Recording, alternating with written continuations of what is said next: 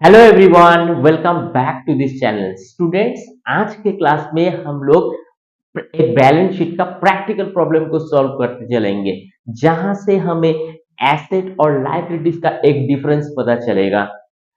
We has been discussed so many things in previous class about pro forma of the balance sheet in assets and liabilities. But right now we will be try to understand in today's class what is the exact computations through the pro forma। आज हमें ये पता चलेगा कि proforma के अंदर जो हमने सीखी थी उसका प्रैक्टिकल इम्प्लीमेंटेशन कैसे होता है। मैं एक प्रैक्टिकल रैंडम मैथ्स को पिक कर रहा हूँ जो initial portions of this video के अंदर आपको दिखाई देगा। चलिए शुरू करते हैं। Students, the following figures were extracted from the trial balance of X Limited, share capitals of 10,000, equity shares of 10 each, fully paid. Okay, share premium, 12% debenture, fixed deposit, and creditors. So 10,000, 50,000, 25,000, and 5,000. 25,000 and 5,000. You are required to the draw up the liability side of the balance sheet according to the requirement of the companies act. Okay, चलिए हम लोग इसको solve करेंगे। Students, यहाँ पे balance sheet का हम लोग एक मोटा मोटा लाइन को ड्रॉ करी, जहां पे लाइबिलिटीज एंड एसेट है। हम लोग क्या करेंगे, इसको हम लोग हेडिंग करेंगे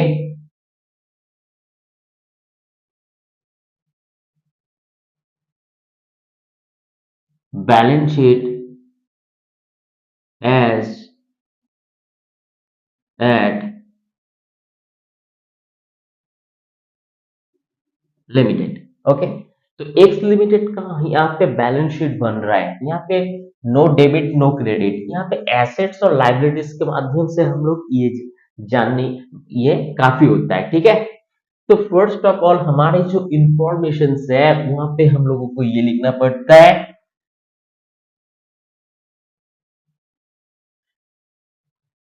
share capital.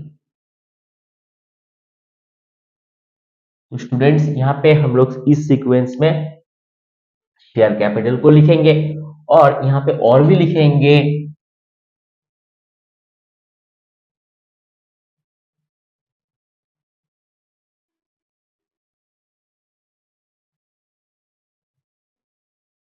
Authorise capital.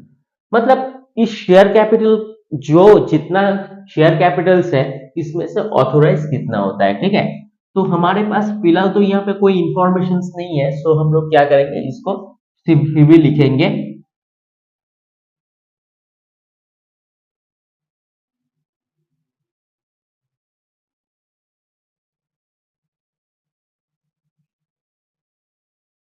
Eight the rate of age. यानी हमारे पास कुछ भी नहीं है, सो हम लोग क्या करेंगे, इसमें ऐसे सिंबल को हम लोग यहाँ पे ड्रॉ कर देंगे। ठीक है, इन नेक्स्टली हमारे पास issued and subscribe.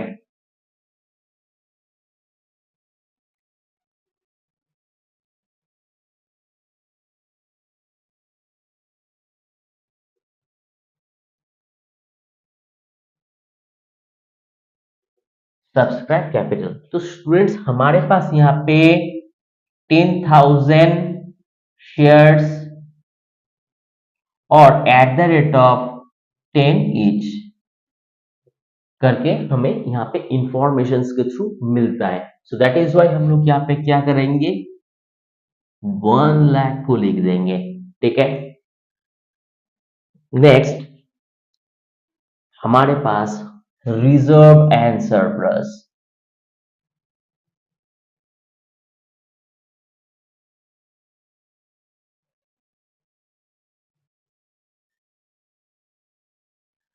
Reserve and surplus के अंदर स्टूडेंट्स हमें ये मिलता है, यहाँ पे जो हमारे पास शेयर प्रीमियम था यानी सिक्योरिटी प्रीमियम,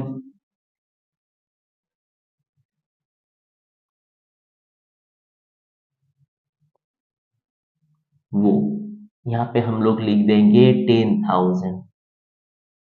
ठीक है, then secured loan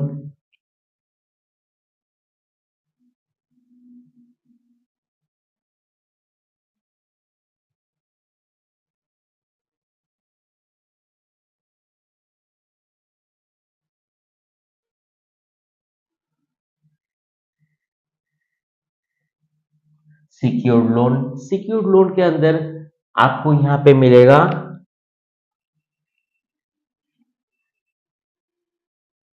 12% debentures, so that यहाँ पे जो अमाउंट होगा 50,000। नेक्स्ट,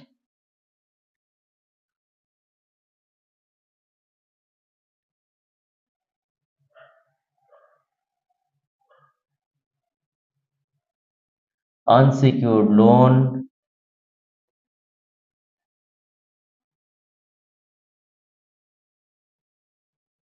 अनसिक्योर्ड लोन के अंदर हमारे पास यहाँ पे है फिक्स डिपॉजिट, ठीक है। तो यहाँ पे हमारे पास जो अमाउंट है वो है 25,000, ओके। देन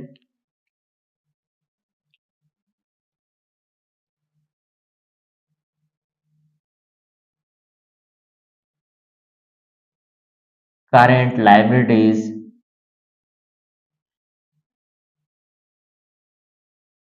and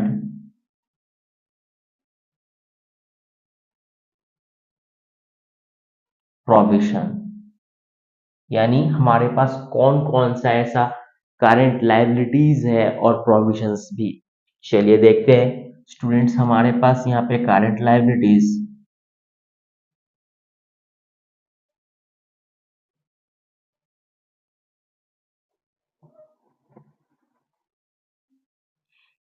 के हिसाब से यहाँ पे क्रेडिटर्स है जिसका अमाउंट है 5,000, ओके। और यहाँ पे जो प्रोविजंस था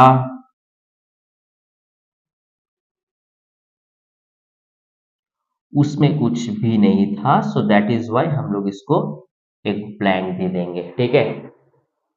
स्टूडेंट्स यहाँ पे एसेट्स में फिलहाल हमारे पास कोई इंफॉर्मेशन नहीं है, हम लोग सिर्फ और सिर्फ लाइबिलिटीज के अंदर जहां पे इस बैलेंस शीट में हमारे पास जो इंफॉर्मेशन है उस हिसाब से सिर्फ लाइबिलिटीज को हमें यहाँ पे करना था, ठीक है। चलिए इसको हम लोग ऐड कर देंगे। ऐड करने से स्टूडेंट्स हमारे पास यहाँ पे जो बैलेंस आएगा वो 60, 70, 80, 90, सो 1,90,000, ठीक है। ये जो बैलेंस शीट है सिर्फ और सिर्फ हमारा इनिशियल जो beginning of the balance sheet है उसको हमें करने में हेल्प करता है। आप इसका स्क्रीनशॉट ले लो।